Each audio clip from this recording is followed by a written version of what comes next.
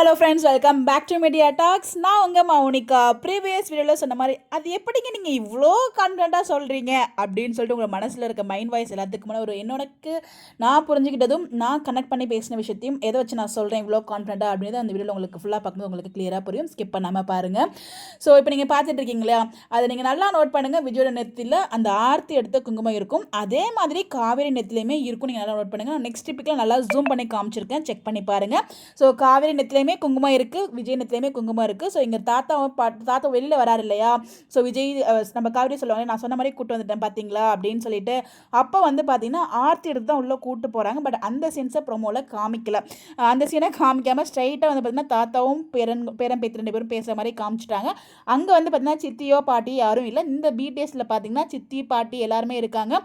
கையில் ஜூஸு, அதுக்கப்புறம் வந்து பார்த்தீங்கன்னா ஏதோ ஸ்நாக்ஸ்லாம் பவுலில் வச்சுருக்க மாதிரிலாம் இருக்குது. ஸோ அப்படிங்கிறப்ப உள்ள ஆர்த்தி எடுத்து உள்ள இன்வைட் பண்ணுறாங்க. அதுக்கப்புறம் இன்வைட் பண்ணதுக்கப்புறம் உள்ள ஜூஸு அந்த சாப்பிட்றதுக்குலாம் கொடுக்குறாங்க. அதுக்கப்புறம் ரெஃப்ரெஷ் ஆகிட்டு அதுக்கப்புறம் ஒரு டாக் தான் வந்து பார்த்திங்கன்னா தாத்தா இவங்க 2 பேர்கிட்ட பேசிகிட்டு இருக்காங்க. ஸோ அப்போ வந்து அவங்க 2 பேர் அந்த சீனில் வந்து பார்த்திங்கன்னா காவேரி நெத்திலையும் குங்குமம் இல்லை, அதாவது தாத்தாவும் விஜயும் பேசிகிட்டு இருக்க அந்த ஒரு சீனில் நெத்தியில் குங்குமமும் இல்லை, 2 பேருக்குமே குங்குமம் இல்லை, காவேரிக்குமே இல்லை.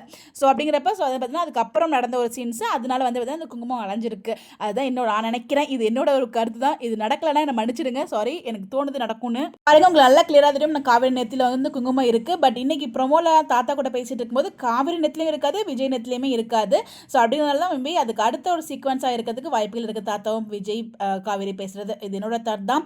நம்பிக்கை தானே வாழ்க்கை, அங்க விட்டதை இங்க பிடிச்சிடலாம் அப்படிங்கிற ஒரு நம்பிக்கையில தான் இந்த பிடிஎஸ்லாம் பார்த்து எனக்கு ஒரு தோணுது. உங்க கூட நான் ஷேர் பண்ணியிருக்கேன். நடந்தா ஹாப்பியாக எடுத்துக்கோங்க, நடக்கான யாரும் என்ன திட்ட வந்துடாதீங்க கமெண்ட்ல. பட் எனிவேஸ் நடக்கும்ன்ற ஒரு நம்பிக்கையோட வெயிட் பண்ணுவோம். உங்களுடைய கருத்துக்கள் கமெண்ட்ல சொல்லுங்க. நீங்க என்ன நினைக்கிறீங்க அப்படின்னு சொல்லி உங்களோட ஒப்பீனியனை கமெண்ட்ல ஷேர் பண்ணுங்க.